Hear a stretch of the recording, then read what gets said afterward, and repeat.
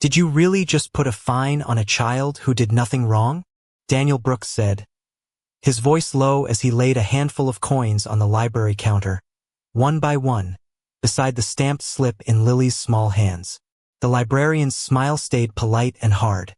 Behind them, a city housing notice with a red seal stuck out of Daniel's coat pocket like a threat. Lily hugged her book to her chest, then leaned in and whispered, "Dad, the numbers don't match." The clerk reached for the receipt as if she could smooth the problem away with a calm voice. But the mismatch had already been seen, and it had already turned cold. 3 hours earlier, the air inside the Pine Hollow Public Library smelled like paper dust, warm carpet, and the faint metallic bite of the copier toner. Daniel had come straight from his route, his work shirt still carrying the smell of rain, road grit, and the coffee he never finished before dawn. He wasn't here to make a scene. He was here because Lily had been told she couldn't check out another book until an overdue fine was paid, and he had seen the way her shoulders fell when the word fine landed on her like a verdict. The room was bright in that harsh weekday way, fluorescent lights buzzing overhead, a children's table near the window scattered with crayons, and a bulletin board stuffed with flyers no one read twice. Daniel stood at the counter, counted out his last crumpled bills, and added the coins carefully, because he knew a child should never feel ashamed for loving books. The librarian, Mrs. Weller, wore a neat gray cardigan and the kind of patience that could turn into judgment without changing its face. "We can't waive policy, Mr. Brooks," she said, tapping the overdue slip with one trimmed nail. "A record is a record." Daniel nodded once, neither arguing nor begging. He just reached into his coat for the envelope from the city and felt the stiffness of the paper inside. The notice had arrived that morning, sealed and official, the kind of letter that looked expensive even before it ruined your day. Lily saw the edge of it and frowned. She was 11, small for her age, with careful eyes and the habit of noticing things most adults. Walked past. When Daniel slid the coins forward, she opened her book to keep her hands busy, then stopped. A pale receipt fluttered out from between the pages and landed near the barcode scanner. Lily picked it up first. Her brow knit. "Dad," she said softly, "this isn't ours." Mrs. Weller's fingers paused over the counter. Across the room, a man in a dark city jacket who had been speaking with the branch manager turned his head just enough to glance over. Harold Pike, Housing Compliance Director, had come in to drop off a stack of municipal flyers and check the community board, and now he was watching the little exchange with the flat attention of a man who liked order more than truth. He looked official, friendly even, the kind of man who smiled before he closed a file.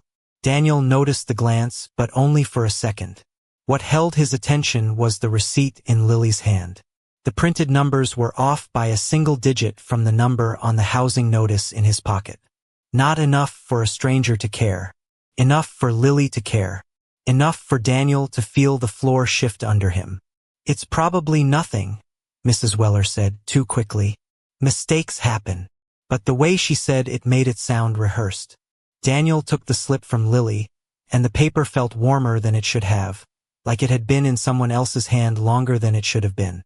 Lily looked up at him, then toward the housing notice peeking out of his pocket, and whispered, "Why does the library fine have the same number as our house file?" Daniel didn't answer right away. He only looked at the receipt again, then at the red seal on the city envelope, then at Harold Pike, whose smile had not changed but whose hand had gone still against the stack of flyers. And in that tiny pause, under the hum of the fluorescent lights, Daniel saw one small thing that made the rest of the day turn dark. A second stamp, faint and almost invisible, pressed over the first one on the receipt. Daniel felt the library go quiet in the way rooms do when people decide your problem is not really a problem, just noise they would rather not hear. He watched Mrs. Weller take one careful step back from the counter, her smile unchanged, and Harold Pike shift the stack of city flyers under his arm as if the faint double stamp on the receipt had never existed. "That looks like a clerical duplication," Pike said, his voice smooth enough to sound helpful. "Probably nothing for the branch to concern itself with." Daniel held the paper steady between two fingers. "Then why is it on both records?" he asked. "Sir," Mrs. Weller cut in, still polite, still firm, We cannot debate city files at the circulation desk. I'm not debating, Daniel said quietly. I'm asking you to look. Lily stood beside him with her book hugged against her chest, her thumb rubbing the corner of the cover until it bent soft. Pike looked at her first, then at Daniel's work shirt with the faded grease line on the cuff and the rain mark dried into the shoulder seam. Not a sneer. Worse than a sneer. A professional glance that said he had already categorized Daniel and found him small. Mr. Brooks, Pike said, if there is an issue with your housing record, you'll need to file it through the proper channel. This is a library. Daniel nodded once. I know where I am. Good, Pike said. Then you understand we can't let a misunderstanding turn into a disturbance. The word disturbance settled between them like dust. Lily looked up fast at that, her face tightening, because she knew that tone. It was the tone adults used when they wanted a child to disappear without saying the word. Daniel reached down and touched the edge of her sleeve, a small grounding motion, and she leaned toward him without a word. The fluorescent lights buzzed above them, thin and tireless, and the smell of toner drifted out from the copier near the back, sharp as burnt paper. Somewhere in the children's corner, a page turned. Somewhere behind the desk, a keyboard clicked. And at the counter, the little receipt with its faint second stamp suddenly looked less like an accident and more like a door someone had tried to close in a hurry. You can keep the receipt for your records, Mrs. Weller offered, though her eyes never quite met his. That should be enough for now. Enough for who? Daniel asked. No one answered that. Pike adjusted his cuff and gave the kind of smile politicians wear when they've already decided the conversation is over. Look, he said, lowering his voice in the friendly way that made it worse. I can tell you work hard. We all respect that. But city systems are not built to function on assumptions. And if there's a discrepancy, it needs to be handled by people trained for it. Daniel felt Lily go still beside him. Not angry. Watching. Learning. She was too young to be ignored and already old enough to understand how often adults mistook quiet for permission. He's asking about the stamp, Lily said before she could stop herself. Her voice was small but clear. Pike turned his head toward her with a soft expression that was almost kind. And that is exactly why we should let the adults handle this, sweetheart. The word sweetheart landed like a hand pushing gently on the top of her head. Daniel saw Lily's fingers tighten around the book. He did not let himself react to Pike's tone. He had learned long ago that men like Pike feed on the sound of your pride breaking. So Daniel simply said, She noticed what you missed.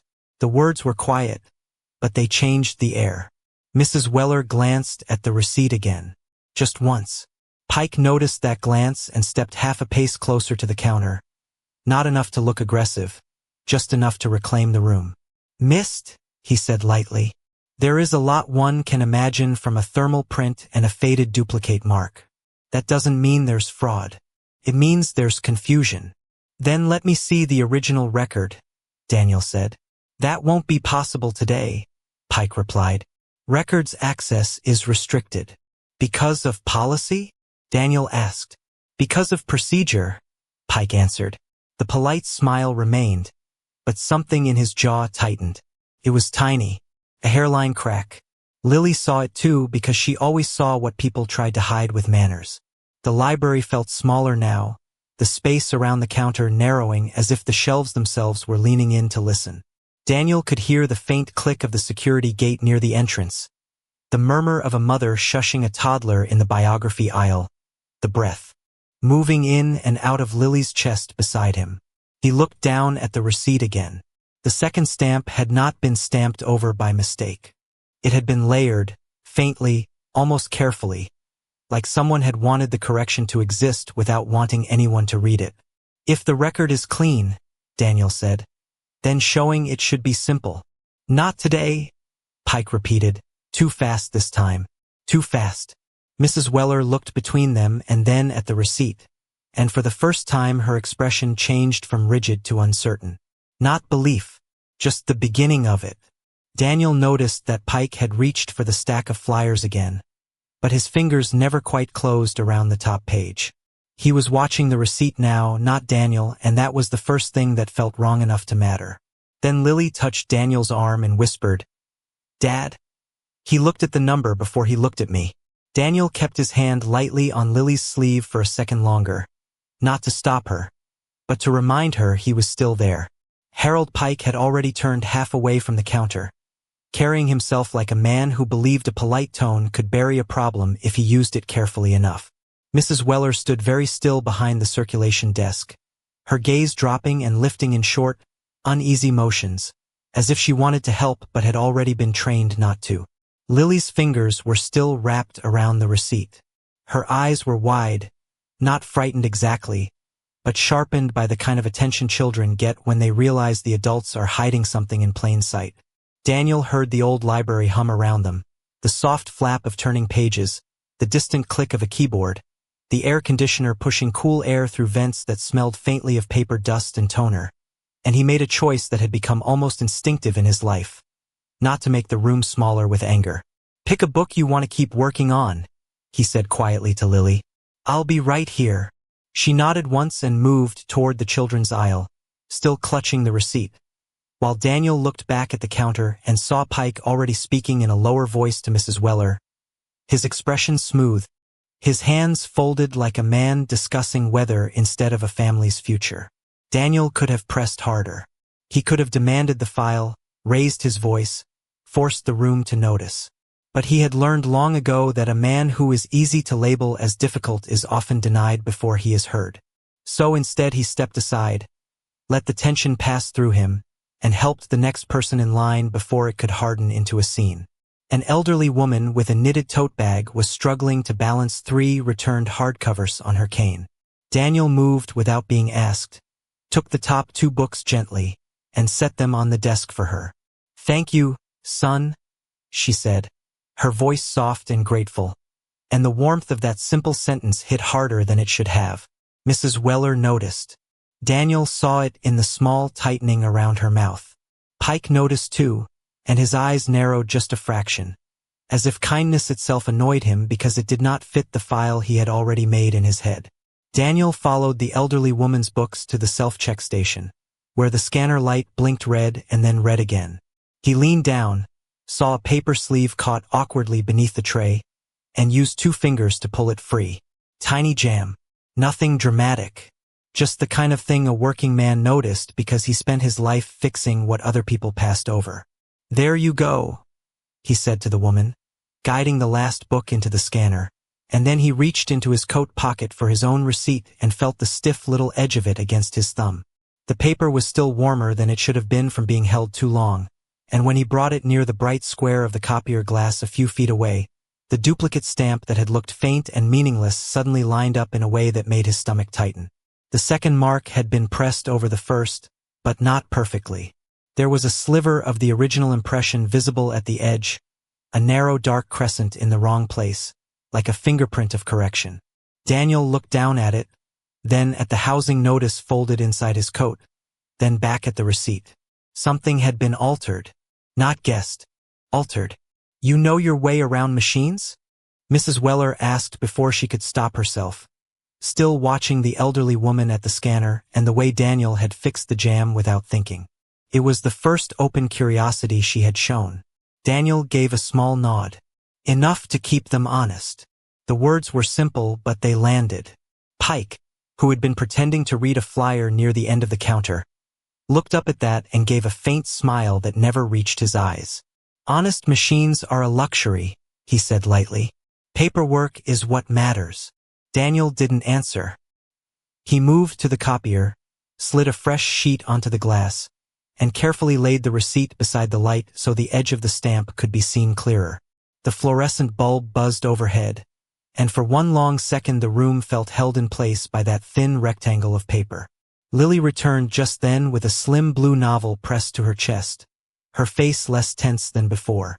She stopped when she saw Daniel standing at the copier and walked over, slowing as she noticed what he was doing. "Can you see it now?" she asked in a whisper. Daniel traced the edge of the stamp with one finger. "Just enough," he said. "See how the mark doesn't sit straight on the paper?" Lily leaned in, careful and quiet, and nodded. Daniel could hear Pike behind him, the soft scrape of his shoe against the tile, a sign of impatience hidden inside a man who did not like being watched while he watched others. Mrs. Weller bent closer too, not fully convinced yet, but no longer able to ignore what was in front of her. Daniel took the receipt back into his hand and, without making a speech out of it, folded it once and slipped it into the front pocket of his shirt where he could reach it fast. That small motion held more weight than anger would have. He was protecting the evidence the way he protected Lily, carefully, quietly, and without making a performance of it. Across the room, the elderly woman he had helped called out a soft "bless you" from the scanner station, and one of the children in the reading corner waved the paperback Daniel had handed him back from under a chair. The library had not changed, not really. The fluorescent lights still buzzed. The copier still coughed. Pike still wore his smooth civic smile. But Daniel felt something shift anyway, small and sharp as a paper cut. He had not won anything, not yet, but by choosing to help the people in front of him instead of fighting the room, he had made space for the room to show its seams. And in that seam, under the copier light, the hidden stamp on the receipt looked less like a mistake and more like the first quiet key to everything.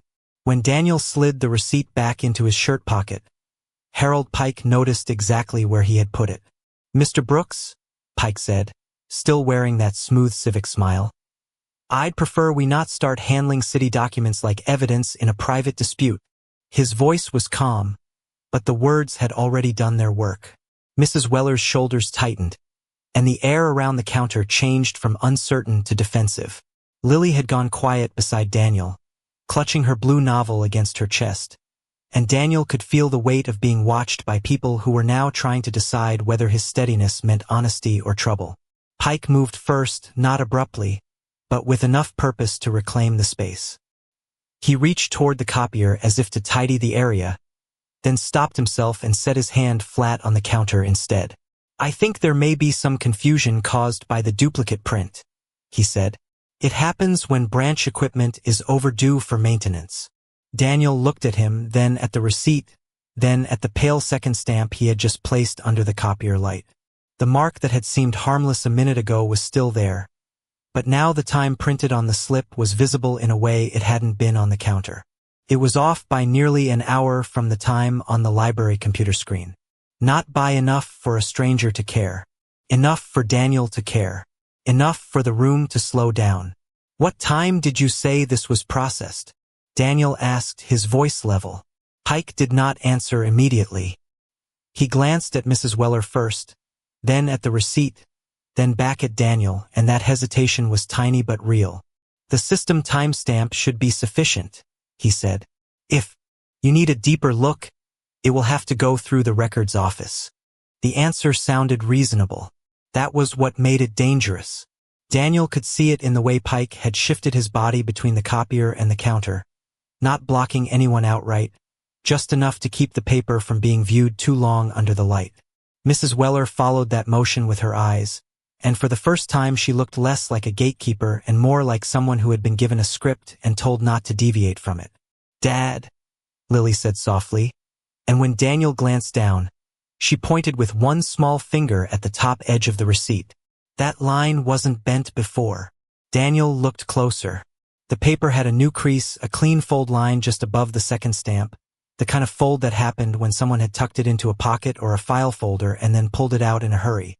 His own hands had not made that crease.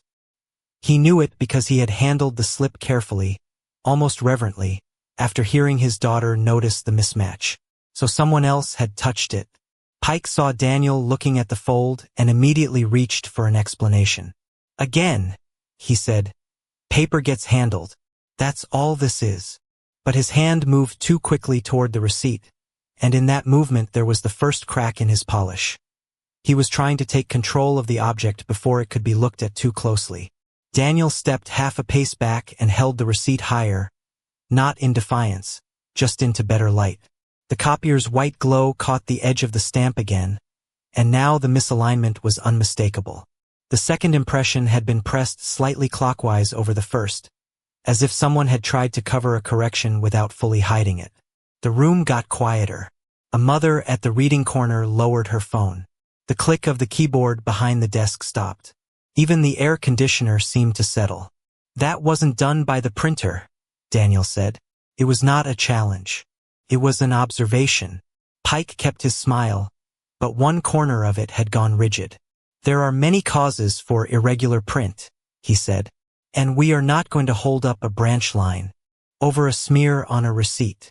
It's not a smear, Lily whispered, before she could stop herself. Pike turned to her with an expression that was almost kind, almost patient, the kind of face adults use when they want a child to feel corrected instead of dismissed. Sweetheart, sometimes adults need to sort out the paperwork before drawing conclusions. Lily did not look away from him. You said the wrong time, she said quietly. It was the kind of sentence that should have sounded innocent. Instead it landed with a thud because it came from a child who had been watching closely enough to hear what adults tried to smooth over. Pike's eyes flicked once to Mrs. Weller and then to the counterclock. I said the system time, he replied, too fast, too precise. Daniel heard it too, the difference between his first answer and his second. The little repair in the middle of the sentence. He had not just answered. He had corrected himself while hoping no one noticed the correction. Daniel held the receipt steady and glanced toward the little security camera mounted above the circulation desk. Its black dome lens was angled slightly away from the copier. Not broken, not obvious, just tilted enough that the counter was not fully in frame. That was new. He was sure of it.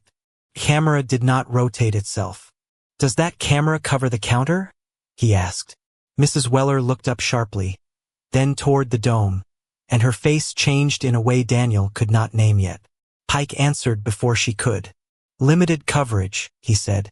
The angle was adjusted weeks ago during maintenance, but he was already reaching up toward the camera mount, fingertips brushing the housing as if to check it, and the motion looked less like maintenance than like a man making sure no one else was looking at the wrong thing.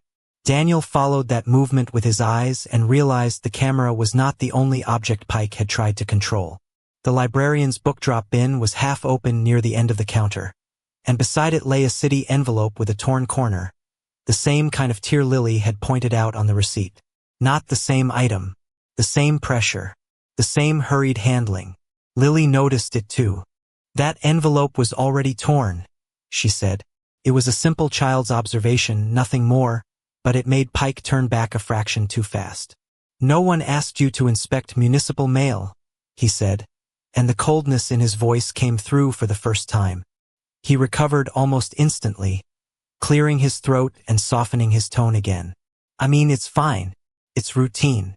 But Daniel had heard the slip. Not just the tone, the word. Municipal mail. Not library mail. Not branch correspondence. He had given the envelope away by naming the wrong category, as if he were speaking from the side of the system and not from the library counter. Daniel felt something shift behind his ribs. Not foolproof yet. Not even close, but enough to let him know the receipt was connected to more than a clerical error. Pike took a measured breath and folded his hands as if to restore order. Mrs. Weller looked from the receipt to the camera and back again, and in her face Daniel saw the first trace of a thought she had not wanted to admit. Daniel slipped the receipt back beneath the copier light one more time, aligning the edge with the black line on the glass, and this time the faint crease beside the double stamp showed a second mark he had missed before. A tiny impression, almost like the edge of a second form pressed against the paper underneath. He stared at it, his thumb still on the corner, and understood that someone had not only corrected the receipt. They had tucked it against something else before it was returned. Something else that had left a trace. His eyes lifted slowly to Pike, then toward the book drop bin, then back to the envelope with the torn corner. The room had not changed, but it no longer felt random. Felt arranged. And as Daniel watched Pike's hand drift back toward the counter, he realized the receipt in his pocket was not the only thing carrying a hidden stamp. It was connected to a second piece of paper that had already passed through this room. The moment Daniel asked to see the original record, Harold Pike's smile thinned just enough to show the edge of irritation underneath. There's no reason to escalate this, Pike said, still keeping his voice soft, still pretending to be the calmest man in the room. If you insist on turning a routine clerical discrepancy into a public issue, I'll have to ask that we handle it through proper channels. He said proper channels like a warning and not a courtesy. Mrs. Weller glanced once toward the circulation desk, then toward Lily, who had gone very still beside the book display, her blue novel pressed against her ribs. The library felt different now, not louder, just tighter, as if every breath had become a question. Daniel didn't raise his voice. He simply took the receipt back out of his shirt pocket and held it between his thumb and forefinger, watching the light catch the second stamp as he moved it closer to the copier lamp. Pike noticed the movement and stepped half a pace forward.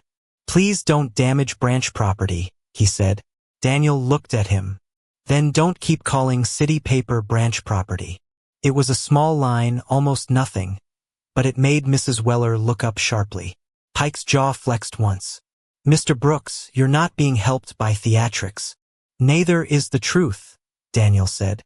Then he turned the receipt flat under the scanner glass, not because he trusted the machine, but because he trusted light.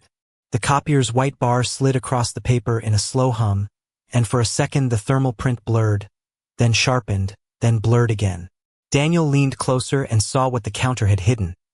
A faint indent on the back side of the receipt, a deeper pressure line that did not belong to any library form. It was a perforated edge, the ghost of another document pressed against it and torn away too fast. He adjusted the paper a few inches to the left, and the hidden impression surfaced more clearly. Not a library stamp, not a branch code, a city housing header, partially transferred in reverse through the thermal stock, with a docket number that matched the envelope in his coat pocket. Lily saw it too. She leaned in and whispered, almost to herself, "That wasn't there before." Daniel's throat tightened, but he kept his tone even. "No," he said. "It was. We just couldn't see it yet."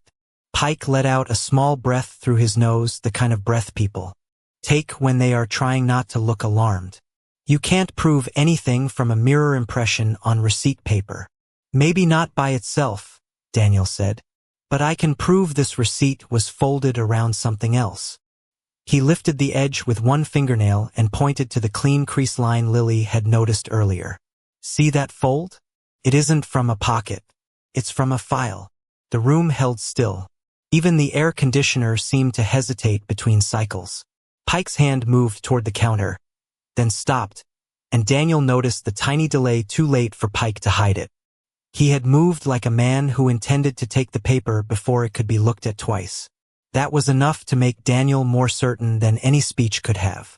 "Let me see the city envelope," Daniel said. "No," Pike replied too quickly. Then, recovering, he softened his tone. "I mean, that's not necessary right now. We don't want to confuse a family matter with a municipal records issue." The word family mattered less than the way he said municipal. As if he'd stepped too close to a room, he did not expect Daniel to know how to enter. Mrs. Weller looked between them and the copy tray, then at Lily, who had shifted her weight from one foot to the other the way children do when they are trying to be brave without understanding exactly what they are being brave against. Daniel kept his voice low. "If the receipt came from a stack of city paper, then why does it carry a housing docket underneath the stamp?" Pike's smile held, but only in the same way thin ice holds a shadow. "Because city notices are printed on recycled stock sometimes," he said. "That's all." Daniel nodded once as if accepting the answer, but his eyes were already on the back office door where the branch's compact archival copier sat beside a box of plastic sleeves and a bent metal shelf. This was not a machine to impress anyone. It was a working machine, old, loud, and prone to jams. Daniel recognized the model immediately. He had fixed worse in garages and back rooms after hours, and he knew one thing about machines that people who loved procedures often forgot. When something is misfed, the paper tells the story if you know how to look at the seam. "May I use that copier?" he asked. Mrs. Weller hesitated. Pike answered first. "For what purpose?" "To make the fold visible from both sides." Pike gave a faint, almost amused look. "You think a second copy changes the facts?" "No," Daniel said. "It changes the light." Mrs. Weller, against her better judgment or because she had reached the end of pretending she was not curious, unlocked the back room. The air inside was warmer and smelled faintly of cardboard, dust, and toner. A narrow fluorescent tube buzzed overhead. Daniel placed the receipt on the scanner bed, then set a clean white sheet on top, the old habit of a man who understood how to flatten a wrinkle so it could be seen. Lily stood just inside the doorway, quiet and careful, while Pike remained near the threshold. His arms folded now, his body angled in that subtle way people use when they want to appear relaxed while controlling the line of sight. The copier hummed, clicked once, jammed. A small red light blinked. Mrs. Weller frowned. Pike exhaled a sigh that was meant to sound patient, but Daniel caught the impatience in it. Without a word, Daniel opened the side panel, slid out the half-fed tray, and cleared the curled corner with 2 fingers. The motion was fast, practiced, and completely ordinary. He had done this kind of thing around delivery offices and service counters his whole life, and he didn't think twice about it. Pike's eyes narrowed when he realized Daniel knew exactly where the jam would be. "You work on these?" Mrs. Weller asked. "Enough," Daniel said. He closed the panel, pressed start again, and when the machine fed the paper cleanly this time, the copy that came out carried a fresh proof that changed the room. The hidden impression was not just a city docket. It was a partial heading from a housing reassignment packet with an office code stamped across the top, and beside it, faint but readable, was a second line that looked like a records transfer reference number. Lily reached for the page, then stopped herself and only pointed. "Dad," she whispered. "That number is the same one on the torn envelope." Daniel looked from the copy to the city envelope in his pocket, then back to the faint code on the page, and understood at once that the receipt had not been alone when it was printed. It had been attached to a deeper file, one that had already moved through someone's hands before it reached his daughter's book. The fresh copy slid out of the copier with a soft mechanical cough, and Daniel did not touch it at first. He just stared at the faint housing reassignment header pressed into the paper like a ghost beneath a name that had never been meant to show itself. Lily was the one who reached for the page, then stopped and pointed with one careful finger. "Dad," she whispered, "that number matches the envelope." Daniel looked from the copy to the torn corner of the city envelope in his coat pocket, then back to the partial office code at the top of the sheet, and felt the room narrow around that single line of type. Harold Pike had gone very still. He was still wearing the face of a helpful public servant, but his right hand had moved to his phone, and Daniel saw the thumb hover over the screen, as if Pike wanted either to call someone or to erase something before anyone else could read it. Mrs. Weller stood just inside the doorway to the back room, her mouth slightly open, the fluorescent light catching the silver thread in her cardigan. And for the first time she looked less like a gatekeeper than a woman realizing she had been standing near a fire without seeing the smoke. Daniel set the copy flat on the metal shelf between them and, with the same quiet care he used when tightening a loose bolt or smoothing a bent book cover, aligned the edge under the light so everyone could see the full header. The office code was not random. It belonged to the City Housing Reassignment Unit. The transfer reference was attached, and under it, in barely visible toner, there was a second line that looked like a routing note from a records clerk. "This didn't come from the library," Daniel said. His voice was calm, almost gentle, but the words carried. Pike answered too quickly. "That line proves nothing. The copy machine can pick up stray impressions from any paper that passes through it." He said it like a man explaining. But Daniel saw the movement in his jaw, the small sheen of sweat beginning at the edge of his temple despite the cool air.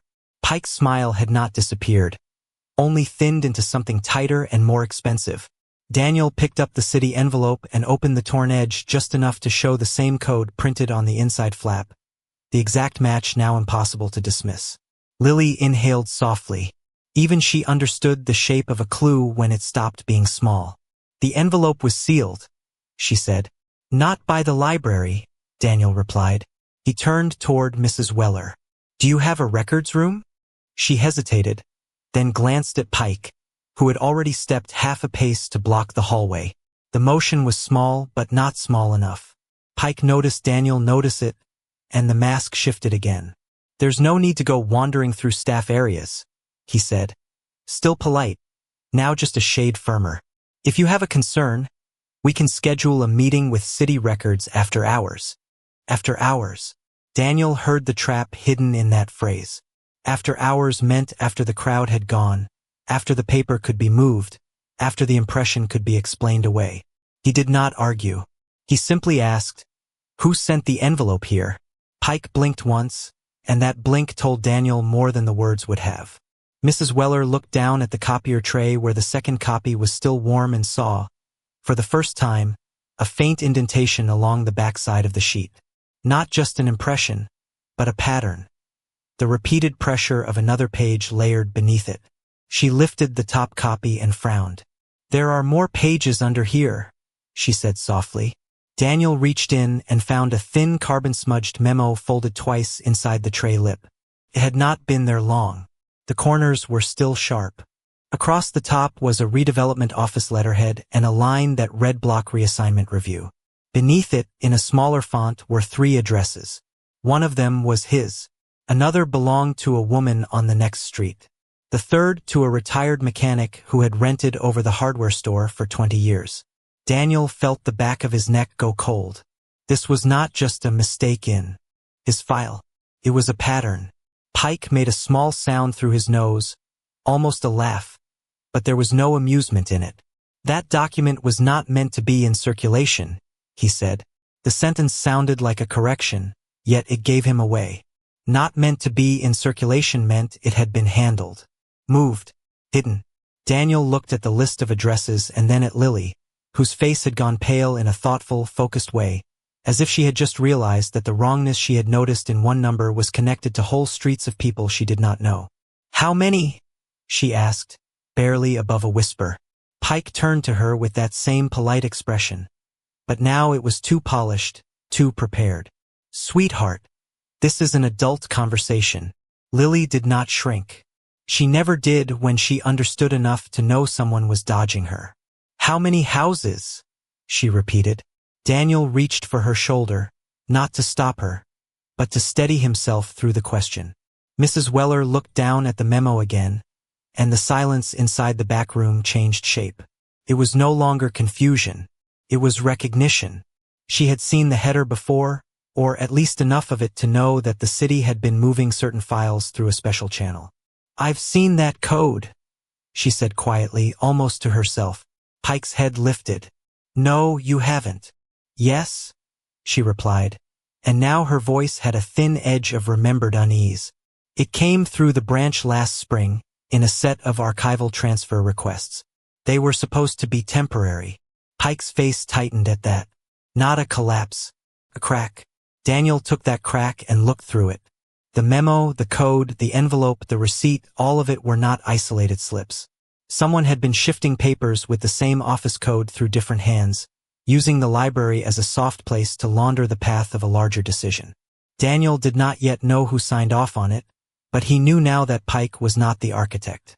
He was the gatekeeper of a gate someone else had built. That made the truth heavier, not lighter. Daniel folded the memo once, then twice, and placed it beside the receipt under the copier lamp. "Keep the original," he said to Mrs. Weller, "and don't let him take it." Pike's eyes flashed. "Excuse me?" Daniel did not raise his voice. "I said don't let him take it."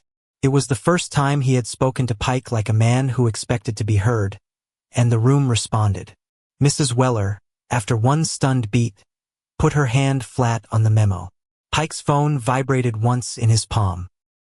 He looked down at it, and Daniel saw something in that glance that had not been there before. Urgency from outside the room. A name on the screen. Maybe a boss. Maybe legal. Maybe someone higher up in the chain who wanted to know why the paper had stopped moving. Pike did not answer. He slipped the phone into his pocket and smiled again. But now the smile was strained enough to show the teeth beneath it. "There's no need to make this public," he said. "We can sort it out quietly." Quietly. Daniel looked at the multiple addresses on the memo, at the city header, at Lily standing straight beside him with her book pressed against her heart, and understood that quiet was exactly how this had been done to people before. Not with shouting. With folders. With timestamps. With envelopes that arrived already torn. He set the receipt on top of the memo and, for the first time, saw the transfer reference number line up with the same code on the housing notice in his coat. It was a chain, and now one link had led to another. "No," Daniel said at last, and his voice stayed low enough to feel like a decision rather than a threat. This doesn't stay in a back room anymore. By the time Daniel and Lily reached the City Hall hearing room, the fluorescent lights were already on, the microphones were already live, and half the folding chairs were already filled with people who had come expecting a routine municipal matter, not a family's life laid out under public light.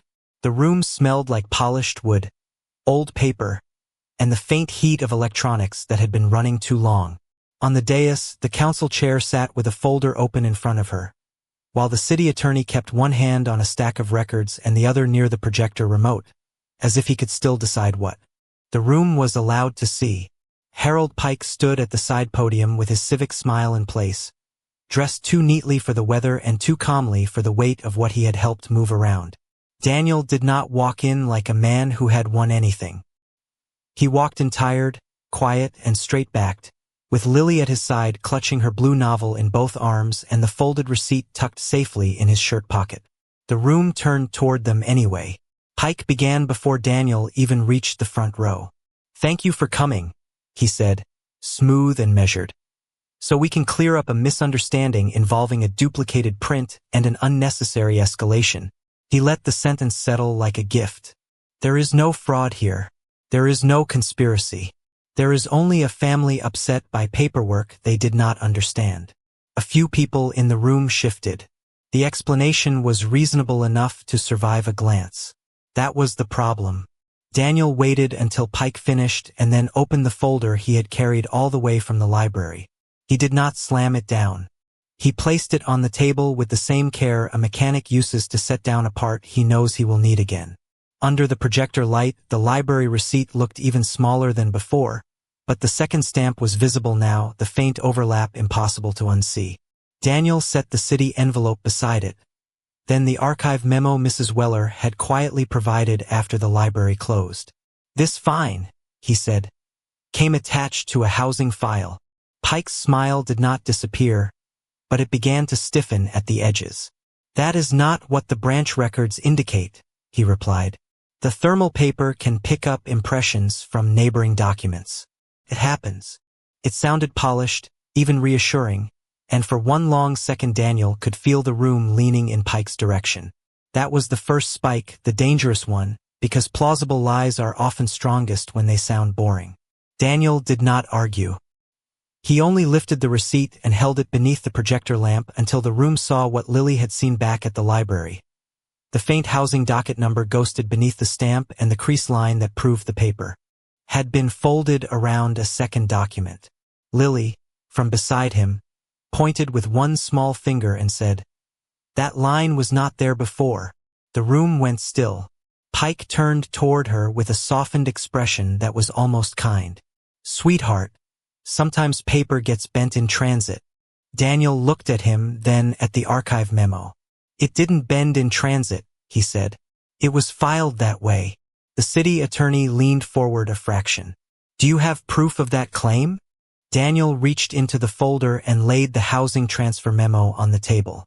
The redevelopment code sat at the top in plain black type. The same code had been printed on the inside flap of the envelope, and the same code matched the reference on the receipt. Next to it were 3 addresses. One was Daniel's. One belonged to an elderly widow from 2 blocks over. One belonged to a retired mechanic who had lived above the hardware store for years. Daniel tapped the list once. "This isn't one house. This is a pattern." Pike's first answer came quickly, too quickly. "A redevelopment review uses standard routing.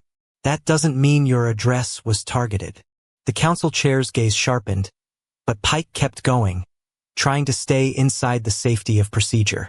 People hear words like reassignment and think they're being singled out. They aren't. Daniel did not raise his voice. He put the route log, school record, and utility bill on the table in one neat stack. "Then explain why the file says the property was vacant when my daughter's school, my delivery route, and our utility payments all show we were there every week." The room shifted again. A chair leg scraped the floor and then another. Someone stopped whispering. The city attorney lifted the school record first, then the route log, and his expression changed from guarded to uncertain. The timestamps aligned. The dates were ordinary. The house had not been empty. It had only been easier to list that way. Pike exhaled through his nose and tried another angle. That's still not evidence of misconduct. No, Daniel said. It's evidence that someone had to write it wrong on purpose. That was when Mrs. Weller stepped into the side aisle, holding the original archival transfer note in both hands as though it might burn if she held it too tightly. She had not wanted to come, and everyone in the room could tell. I recognized the code, she said quietly. It came through the library branch last spring with a batch of archival transfer requests. Pike turned toward her, and for the first time his face lost the softness of public service. Those were temporary requests, he said. No, Mrs. Weller replied, looking at the paper now instead of him. They were marked for review, and one of them was already routed before it ever reached my desk. The room inhaled as one. That was the second spike, the one that cracked his story. Pike's mouth parted, then closed. He reached for his phone, thought better of it, and put his hand flat on the podium instead. Daniel saw the small sheen of sweat at Pike's hairline. He saw the slight tremor in the fingers that had been so smooth in the library. Lily looked up at him, then at the memo, then at the council chair. That envelope was already torn, she said, her voice small but clear. Before we touched it. Pike's head snapped toward her for half a second too long. It was the wrong reaction. Too fast. Too personal. The city attorney noticed it too, and his eyes shifted to the envelope on the table. Daniel did not use the moment to humiliate anyone. He simply said, "We're not here to punish a child's curiosity. We're here because the paper trail shows a house was listed like it was empty when it wasn't." The council chair leaned forward and, for the first time, took off her reading glasses to look at the memo with both eyes. "Mr. Pike," she said, "why is the same transfer code appearing on a library receipt, a housing envelope, and a redevelopment memo?" Pike swallowed once. The civic smile was gone now, replaced by the blank caution of a man trying not to say the wrong thing in front of the wrong people. "I'll need to review that internally," he said. "That is exactly the problem," Daniel replied, still calm, still restrained. "It has already been reviewed internally. Too many times." The city attorney reached for the projector remote at the same moment. Lily, who had been quiet again, noticed a slim black flash drive clipped to the memo packet and pointed at it. "What's that?" she asked. Pike's eyes moved to the drive, then away, and that tiny movement told Daniel there was another door behind the one they had already opened. The council chair saw it too. She held out her hand toward the clerk. "Plug it in," she said. And as the clerk turned toward the projector, Pike went completely still, because whatever was on that drive was about to show the room who had been changing the story all along.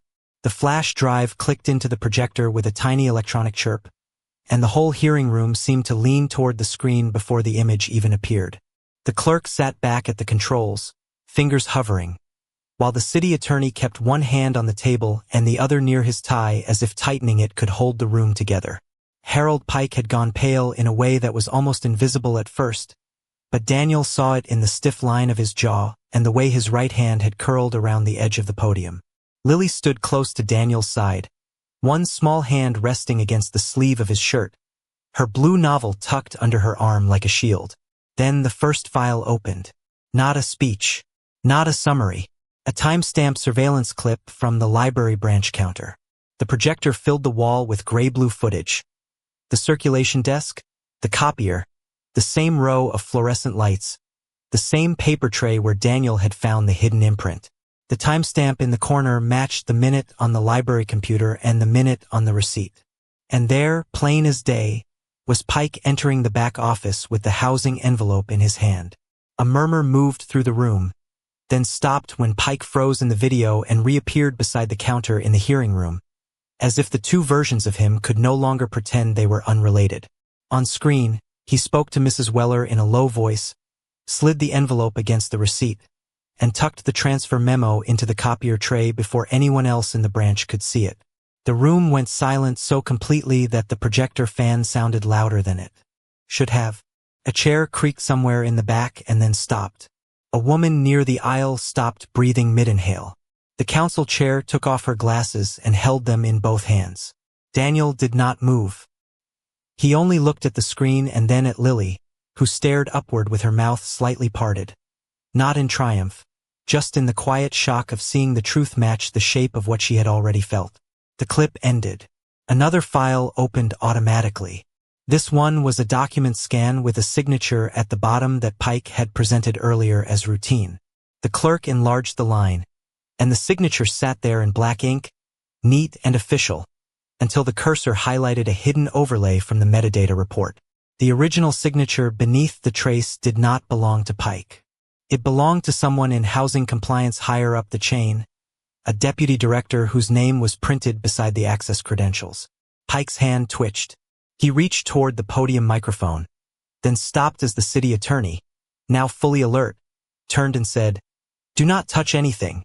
The words were not loud. They did not need to be. The screen changed again. A set of camera clips from the city records office appeared, showing a clerk pushing files into a transfer bin while a black flash drive, the same one now sitting in the projector, was plugged into the station. The footage showed a routine file access after hours. It showed Pike's email thread on the monitor in the background.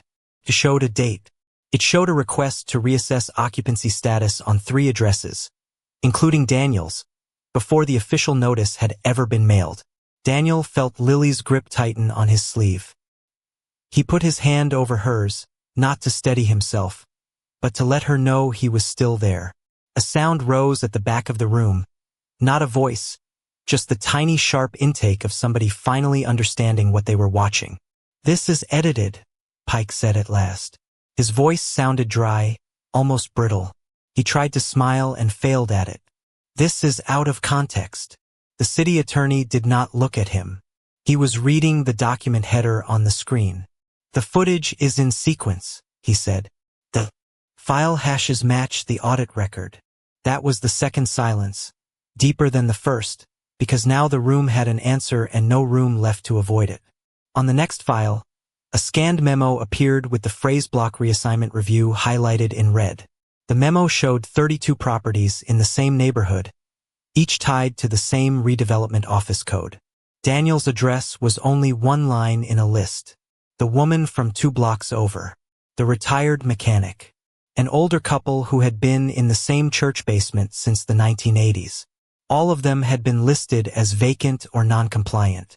All of them had been routed through Pike's office before the notices were sent. The council chair looked like she had been struck by something colder than anger. "How many families?" she asked, not looking at Pike now, but at the city attorney. He swallowed once, reading the numbers. "At least 32 under this routing code," he said. "Possibly more if the later transfers follow the same pattern." Harold Pike's shoulders sank a fraction. It was not collapse. It was the visible loss of the floor beneath his certainty. He tried once more to turn the room back toward routine. "I was following procedure," he said, and in the dry flatness of his voice there was fear now, not arrogance. "I was told these were temporary reviews." The screen changed again. This time it was an audio file. The clerk clicked play, and a scratch of background static filled the room before a voice came through the speakers, low and unmistakably Pike's. "We'll shift the occupancy status first. Once it reads vacant, the appeal path becomes easier." Then another voice, older, off-camera, said, "If anyone asks, it's a paperwork issue." The city attorney reached for the volume as if to make sure no one missed the words. No one did. The room did not even shift. It froze. The only sounds left were the projector's fan, a cough someone swallowed too late, and Lily's breath leaving her in a small, careful exhale. Pike closed his eyes for one brief second. When he opened them again, he did not look at Daniel. He looked at the council chair, and for the first time he seemed to understand he was no longer speaking to a branch office or a private file. He was speaking to a room full of people who had heard him sort lives into categories and call it order. The deputy director's name appeared on the screen above him, tied to a digital approval trail. The city attorney straightened. "We're placing this on the record," he said. "Now." He looked at the clerk. "Preserve the original files. Lock the records office audit trail." No one deletes anything. He turned back to the council chair and, after a pause that felt like the room holding its breath together, added, "We have enough here to suspend the eviction actions immediately." Lily's shoulders dropped for the first time all night. She did not smile. She just looked up at Daniel as if checking whether the world had really changed. He gave her the smallest nod. Pike made one last effort, but it came out thin and empty. "You can't know everything from one file." The council chair answered before Daniel did. "We know enough from this one." Then she glanced toward the back row, where one of the neighborhood residents had begun to stand. Then another, all quiet, all suddenly alert, because they understood the shape of what was happening now. Daniel saw the old mechanic from the memo rise with a folded notice in his hand. He saw the woman from 2 blocks over clutching her utility bill. He saw Mrs. Weller at the side door, her face pale but resolved, as if the silence in the room had finally given her permission to tell the truth she had been carrying. The projector kept humming, waiting for the next file, but nobody moved to close it. The hearing room, which had begun as a place for polished speeches and municipal routines, now felt like a place where lies had run out of oxygen. Daniel stood in the center of that stillness with Lily beside him. The evidence spread across the table, and he did not lift his chin or make himself larger. He simply waited while the council chair took a deep breath and reached for the gavel that would stop the city from taking one more home. But as the first official order began to form, Daniel looked down at the child beside him, at the receipt in his pocket, at the papers that had opened a door nobody wanted opened, and had to ask himself what a man does when the truth finally gives him power he never asked for.